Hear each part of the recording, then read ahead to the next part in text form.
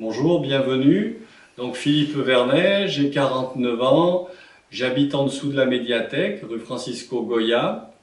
Je suis installé ici depuis 1998, donc avec mon épouse et nos 3 enfants, Félix, 23 ans, Martin, 21 ans et Louis, 17 ans, un pur produit védasien. Je suis originaire de la Loire, où mon père était professionnel de foot puis entraîneur, donc une ambiance sportive à la maison avec 6 enfants. Nous sommes arrivés dans le Languedoc en 90 pour des raisons professionnelles, puisque je travaille à la SNCF. Avec mes équipes, nous nous occupons donc des dessertes TER Languedoc-Roussillon et en concertation bien entendu avec le conseil régional.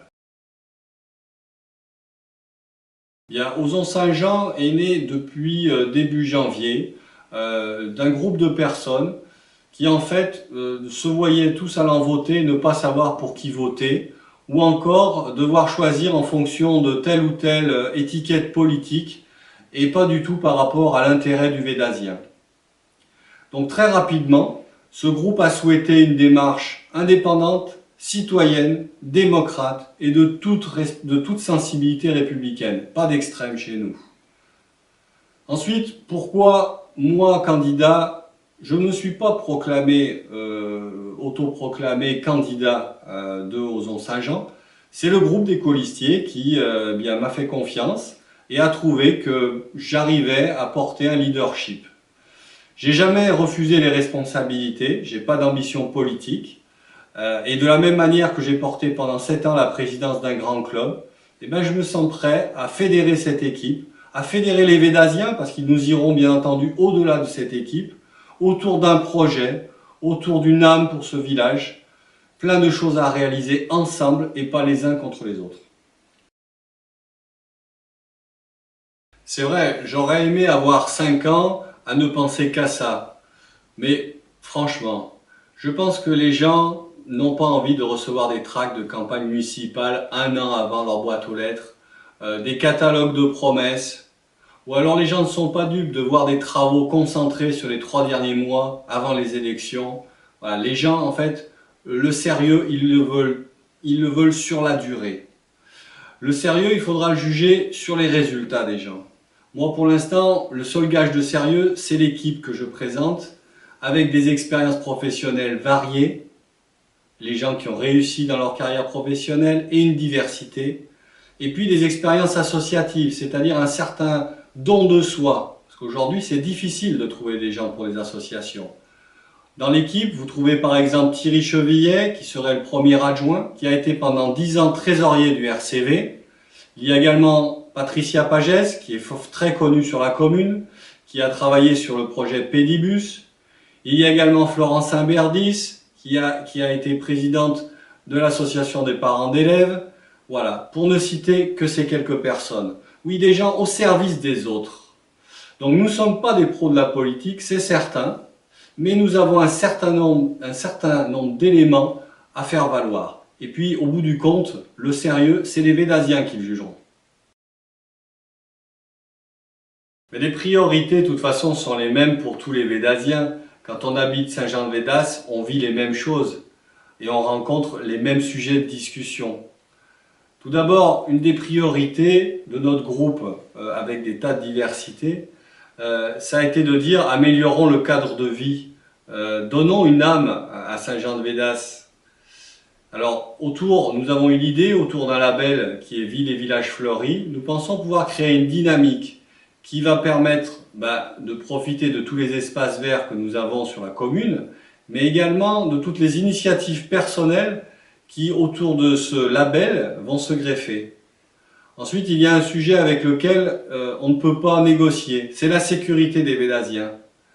Nous sommes à la pointe des communes avec des taux de cambriolage élevés.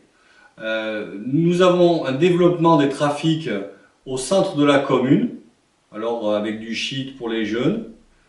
Ça, c'est inacceptable. Nous devons voir nos policiers municipaux présents, circuler partout, en vélo, faire de l'îlotage, discuter avec les responsables de comités de quartier pour être vraiment présents. Le deuxième sujet, c'est la vidéoprotection. Là, il faudra un débat sur ce sujet. les Védasiens devront dire qu'est-ce qu'ils en pensent. D'abord savoir tout ce qui a été vraiment installé, et puis voir s'il faut étendre ou pas la vidéoprotection. On proposera des consultations sur le portail citoyen pour que les gens s'expriment. Enfin, quelle galère de se déplacer dans Saint-Jean-de-Védas. Que ce soit avec une poussette, que ce soit avec des vélos. Alors vous circulez bien à vélo sur 100 mètres, le premier rond-point dangereux, vous n'avez plus rien. Donc il faudra un peu de cohérence, arrêter un schéma et surtout arriver à porter la parole du Védasien uni pour qu'on débloque cette situation d'un transit qui n'a rien à faire dans le centre de Saint-Jean-de-Védas. Là aussi, il faudra de l'unité, aucune querelle, pour que ce soit vraiment l'intérêt général du Védasien qui soit préservé. Une loi récente, en fait, qui définit une modernisation de l'action publique, définit un peu des modalités de création des métropoles en lieu et place des agglos. Montpellier est concerné. Et comme c'est une commune, une agglomération de 400 000 habitants, les 31 communes de l'agglomération devront se prononcer. Et ça sera un vote au niveau du conseil municipal, de chaque conseil municipal. Cette question est essentielle. Il s'agit de savoir demain quelles sont les délégations que l'on veut voir au sein d'une commune.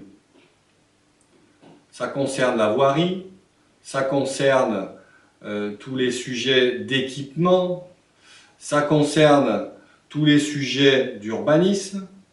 Sur tous ces sujets, les Védasiens ont leur mot à dire. Ozon Saint-Jean ne sait pas tout. Nous organiserons des débats contradictoires.